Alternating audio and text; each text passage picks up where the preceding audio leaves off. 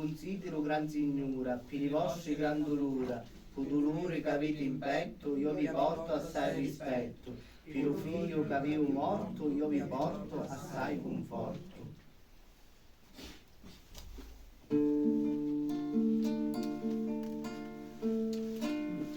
Dio vi salvi, o Regina,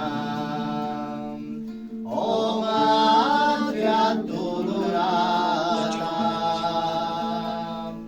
e vi sia raccomandata, chi sta alma mia,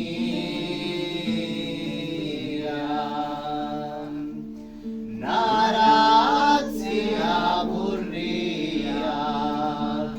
di Cristo poi ingrato, ferito e tracassato, di lame e spada, la vita mia passata, fra tanti rampiccati, a possibile piccari per grazia, voi priati a vostro figlio, a noi date consiglio, lo stesso contributo,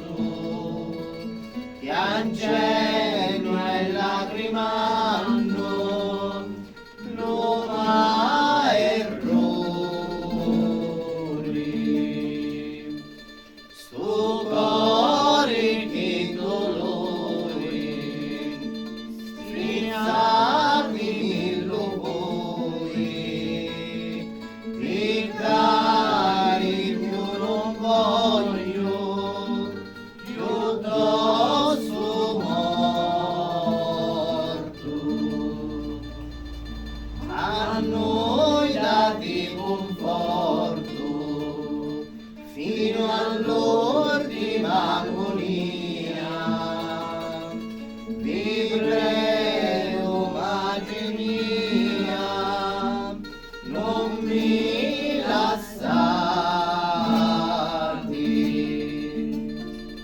a voi sarma portati, bella Madre amorosa, in cielo gloriosa, eternamente.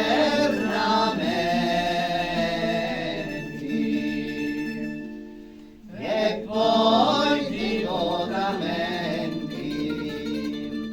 gridando sempre viva, viva la Madre viva, la